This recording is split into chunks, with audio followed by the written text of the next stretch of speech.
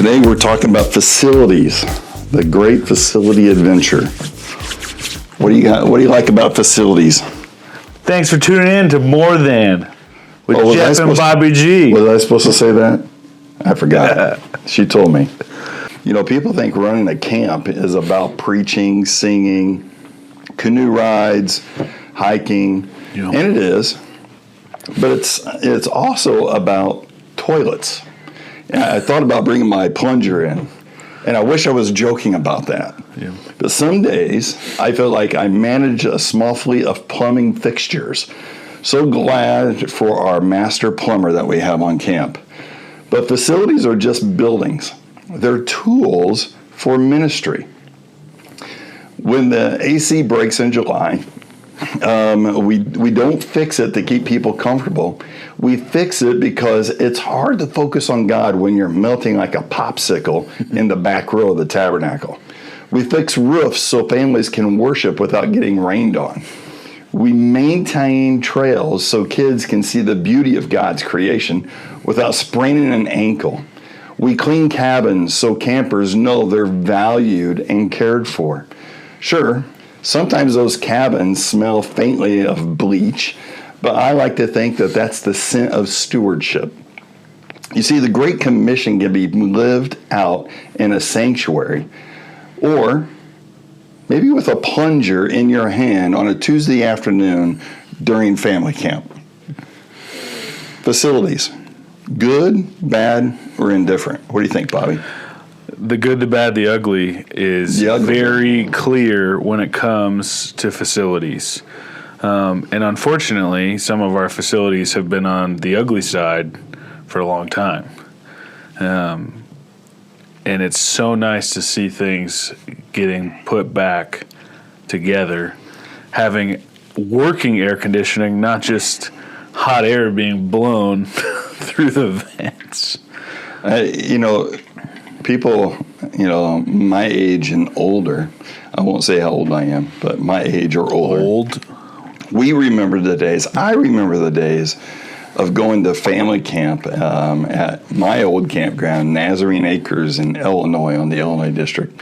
Open air tabernacle. It was so open air, they just had these little walls, and then when it rained, they had these flaps that you could flip up and lock in so rain wouldn't come in on the sides. But I think back to those times, and I remember camp meeting, being there, and people packed in during those times, and just awesome things happening, even in an open air tabernacle. Yeah. I don't know if we could get away with that today. I think it would help at junior high camp. It would help at junior high camp? I think an open air tabernacle would help a lot. Especially come like Wednesday, Thursday, junior high boys, open air tabernacle would be letting more than just the spirit in. It would be letting some fresh air. Some fresh air in and some other odors out. But, without facilities, without the men and women that take care of these facilities, it would be run down. It wouldn't be, like you said, it's not just the buildings that provide camp, but it's not having to worry that allows us to focus on why we're really here. Yeah. Part of that too is, I'm a team guy. Grew up playing sports all my life, coached for a number of years. I love every aspect about the team type of game. That's kind of like what I've tried to do here is to develop a great team, and man, I think we got some great players on our team. I mean, from our office staff, but going to our facility staff, our operations and maintenance staff, they do a great job. Anytime that there's something that is awry within the camp facilities, all we have to do is just make a quick phone call, and they're right on it. Yeah. So, and the cool thing too is it's not it's not all about facilities. I mean, you can have a worship service not just in the tabernacle. We experienced it this summer with one of our camps. They had worship services in the pavilion. Yeah. And that went really good. Talk about open air. Open air right down by the lake. I was worried when we first thought about it because I'm thinking, man, the view of the tot lot, the park is right there. Those kids are going to be constantly distracted. I'm going to be towing them back, running away. And they were down there. They were focused. They had the best of times. And as an adult, the experience myself was just something words can barely describe on what was able to take place. Yeah, you have campfires too. Mm-hmm. A lot of good things happen around campfires, and so having a good areas for campfires.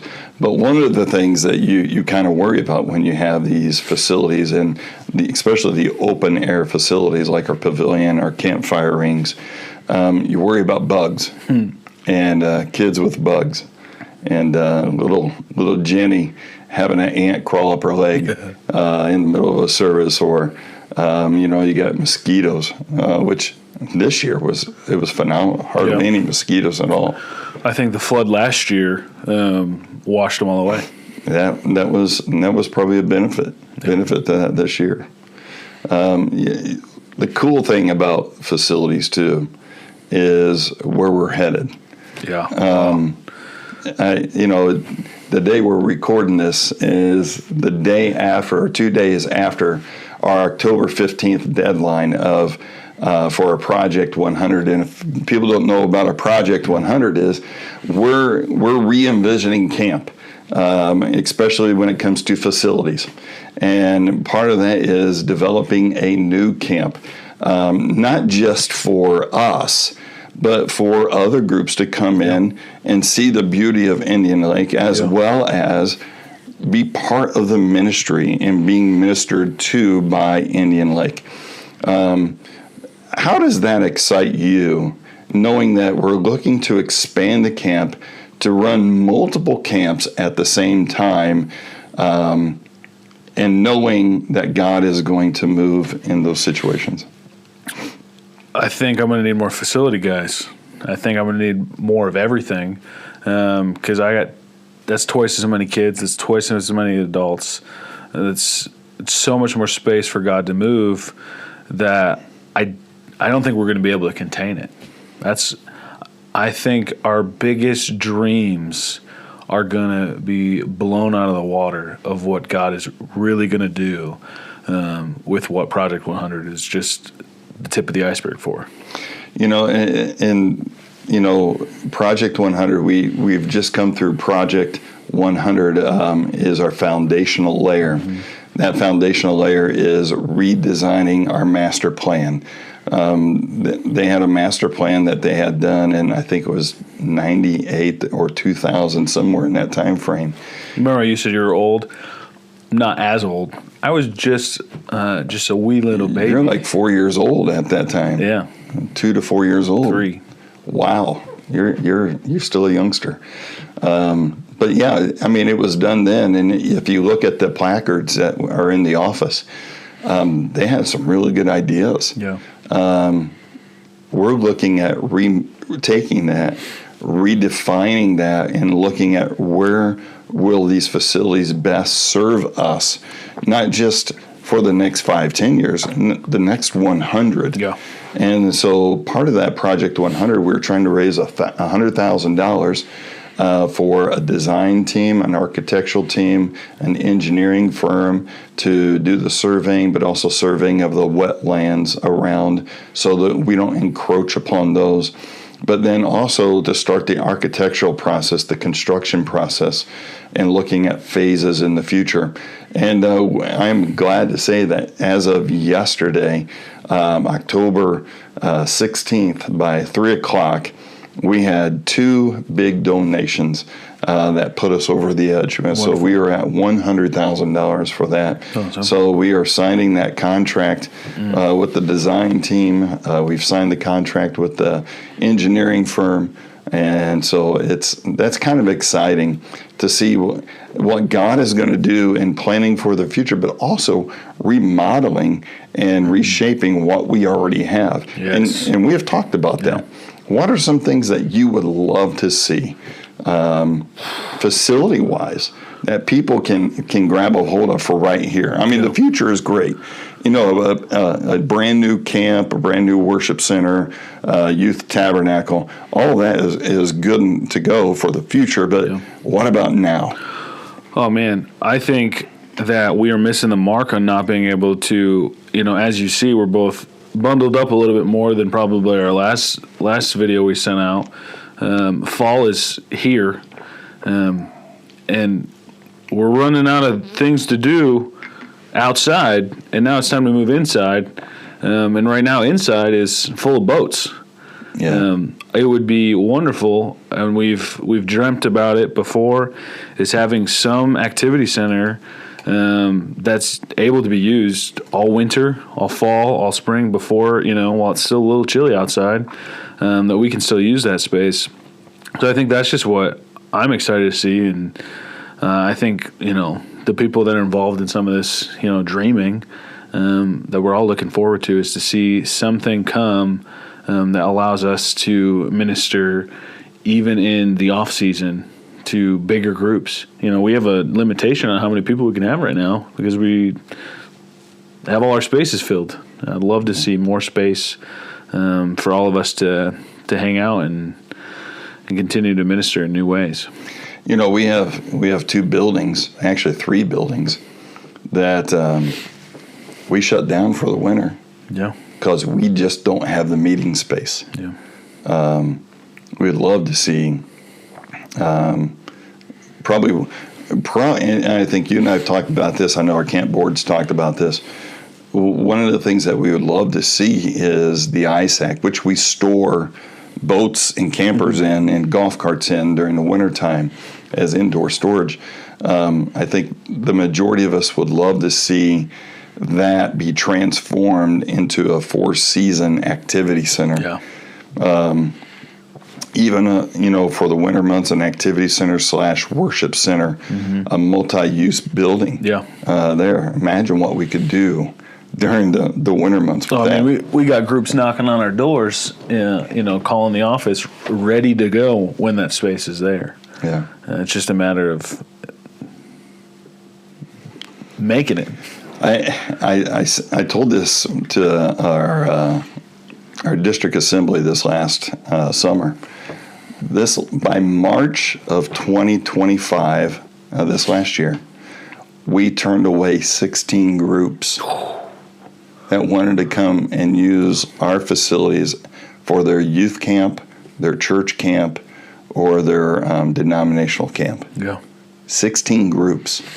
We just don't have the meeting space and the residential space for. What are your thoughts on that? I think it goes back to what we said. I mean, that's twice as many people. I think we need more space, and it's amazing to see. It's amazing to hear the revival breaking out in our youth. They're ready for something. They want a place to come. They want a place to meet. And I want to be the place that can offer that. It's so amazing to have that ability to do that. And I don't want them to miss out on something because we didn't have the space. Yeah.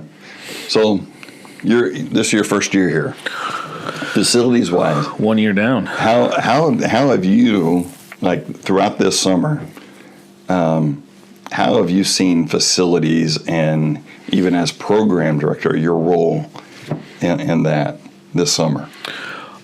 I mean, I've probably plunged a toilet or two myself. Had to unlock and lock and fix buildings, try to utilize them. I think of the thunderstorms that have constantly happened throughout camp, where our dining hall becomes an activity center. It then becomes a chapel because we can't leave the dining hall for the storm, so then we pull an audible and have to do, chapel, the start of chapel in there before the rain stops. All of our buildings become multi-use buildings. Our craft barn becomes, a meeting space, a gathering space. Everything changes when when God has other plans with the weather for the day. I've seen all of our buildings get used for so many different things. And I want them to become, a Swiss Army knife for so much more.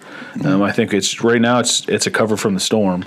But to see new things get added to those, whether it's video games and TVs, whether it's pickleball courts, whether it's adding foosball tables, I don't know, add whatever we can to make these things more than just an open-aired activity center.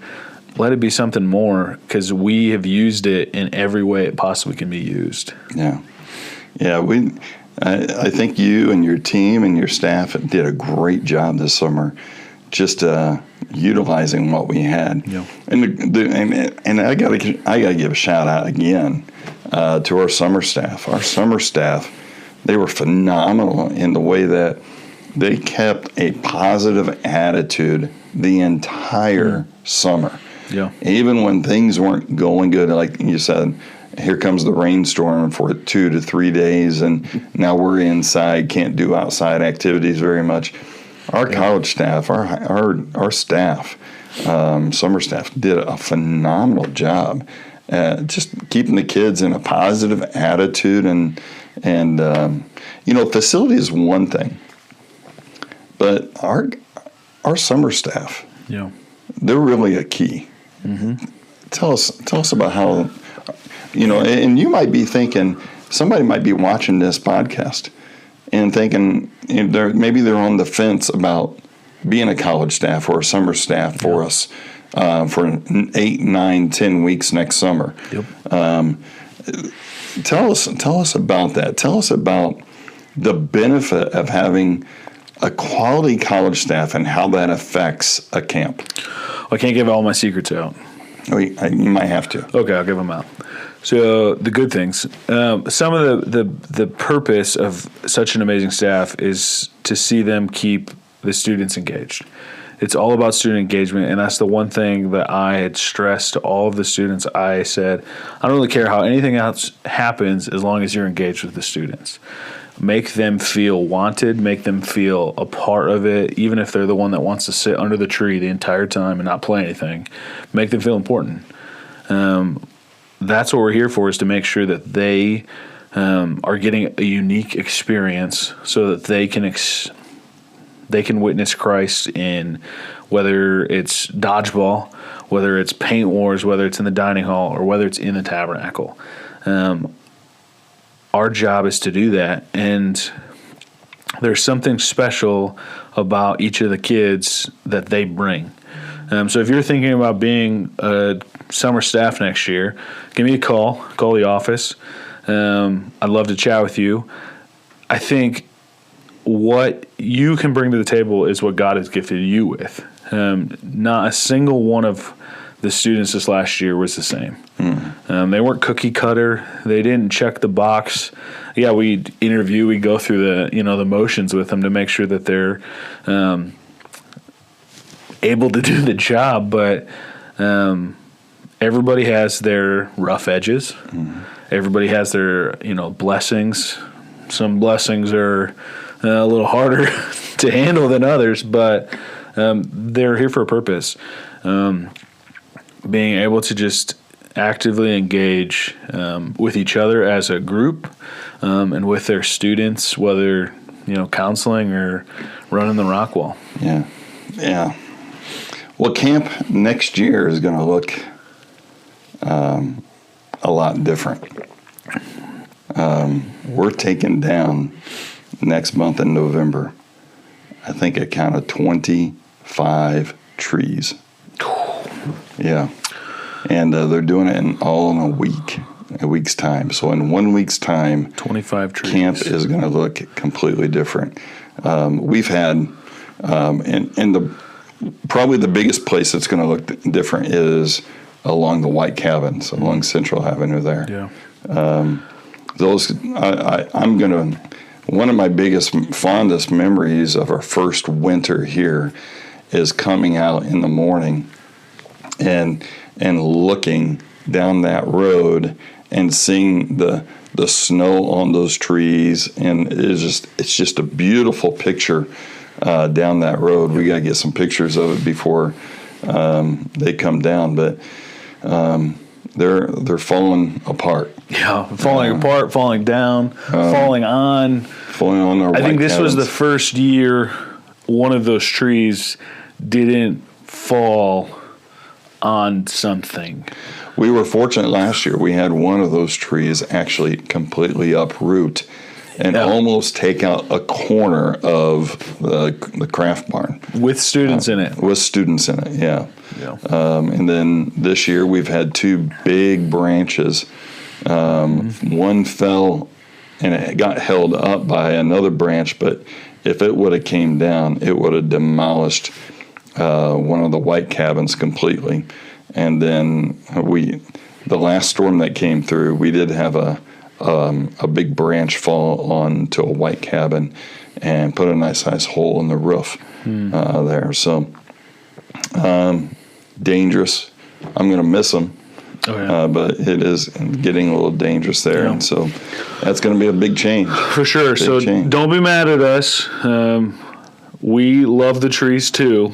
But unfortunately, not unfortunately, fortunately, we love your children, your grandchildren, so much more than we love those trees. Yeah. And it's not because we hate trees. Yeah, It's for safety. and we do have a plan as well to put new trees, Artificial trees? not artificial trees, but we are going to put trees back and replace them along those white cabins. So I'm not raking them. you're not raking I'm them? not raking them. Well, it'll be probably maple trees. Okay. And that'll go there, give it a nice little view. And we can start selling Indian Lake maple syrup. Indian Lake maple syrup. That would probably not for about 20 years. 20 years. Got to get so big, and that comes from just my knowledge years at Nashville, being part of the Maple Syrup Association. That was Fancy. Did you have a good business? stuff. Did you have a card? No, we didn't. A badge? No, didn't have a Man. badge. You're part of association. I feel like you have to have a badge. No, we didn't get badges. We weren't that all together put together. That's all right. So, but yeah, anything else facilities wise that I'm just we excited. see for the future? I see some air-conditioned duplexes, all of our rustic stuff. I'm hoping to see the cabin comfort go from melting like popsicles and replacing breakers week after week to being, they're going to be jealous that they're not in one of those duplexes. That's what I'm hoping for. That would be nice. I'm hoping to see, just things. And maybe that might happen before next year, That'd be cool. I like it. Lord willing. Lord willing. Yeah. Anything else?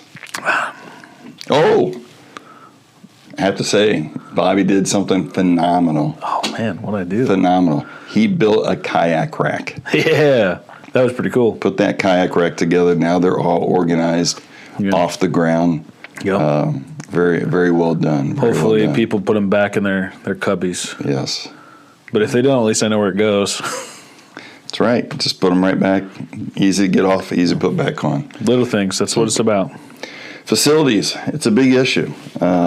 We do our best to try to keep all our facilities up to date, cleaned, modernized, new. We made a lot of changes with equipment in our dining hall this year. Yeah. A new ice maker, new ice cream machine, not machine, but ice cream freezer, shake buffet. mixer. Another buffet line. Another buffet line. We now have 3 buffet lines instead of just 2. So a lot of good things happening. A lot of things that we have to do for the future. In the snack bar, we have to get some new equipment in there that will help us out, and we're just excited. Yeah. So stay tuned. Remember that we're still in our 100th year anniversary celebration time. Be looking for more videos to come out about that and the history of Indian Lake Nazarene Camp. And then You were there at the beginning, right? I was not there at the beginning. I'm not that old. Oh, Bobby. sorry, my bad. I'm not that old, but look forward to that. And next summer, make plans to come down and be a part of the celebration all summer long, starting May, Labor Day weekend or Memorial Day weekend, all the way through Labor Day weekend. We're going to have activities all summer long, celebrating 100 years of what God has done, God's faithfulness through Indian Lake Nazarene Camp. And what he's going to continue to do. And what he's going to continue to do. Been excited this week. It's been a very humbling experience, but a big blessing as people have sacrificed, churches have sacrificed to give to Project 100. Amen. And I'm looking forward to what God's going to do in the future. Yeah. Stay tuned. More to come through More Than, but also more to come with God's blessings upon the ministry of Indian Lake. We'll catch you next week. Yeah. Thanks for watching. More Than, Jeff, Bobby G. If you like what we're doing, you like what we're saying, like us, follow us, turn on that notification, subscribe. I don't know how to work this. I'm just new to this myself. So we'll see you next Wednesday.